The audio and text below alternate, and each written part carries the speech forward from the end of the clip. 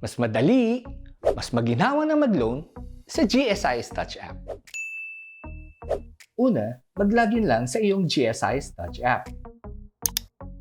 Sa ibabang bahagi, pindutin lang ang loans. Pumili ng available na loan at klase ng loan na gusto mo at i-click ito. I-click lang ang Policy tab upang makita ang tentative computation details ng loan na napili mo. Maaari mong baguhin ang amount ng monthly amortization na gusto mong bayaran. Basahing maigi. Kung okay na ang lahat, lagyan ng check after mo basahin ang terms and condition. I-click din ang kasunod na checkbox pagkatapos mo basahin ang mga nakasulat dito para masubmit mo ang iyong loan application. Basahin ang confirmation prompt. If okay sa'yo, click yes to apply loan. Then, pindutin lang ang yes, I'm ready para sa facial authentication.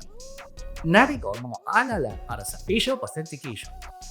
Para sa selfie capture, siguraduhin walang nakaharang sa muka tulad ng salamin, face mask at sombrero.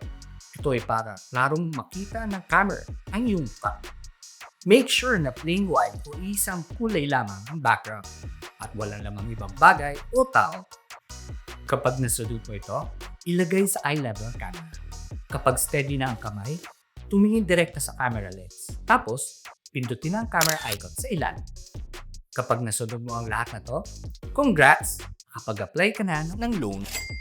Paalala, huwag mandaya at tumuha ng ibang tao maliban sa pensioner para tumayo sa harap ng camera.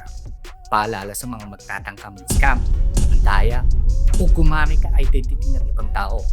Ayon sa Republic Act No. 10175, ito ay isang krimen ng tao ay identity theft. Para sa ibang katanungan, kontakin lang kami sa mga communication lines na nakita sa screen. Kaya relax with GSI Touch.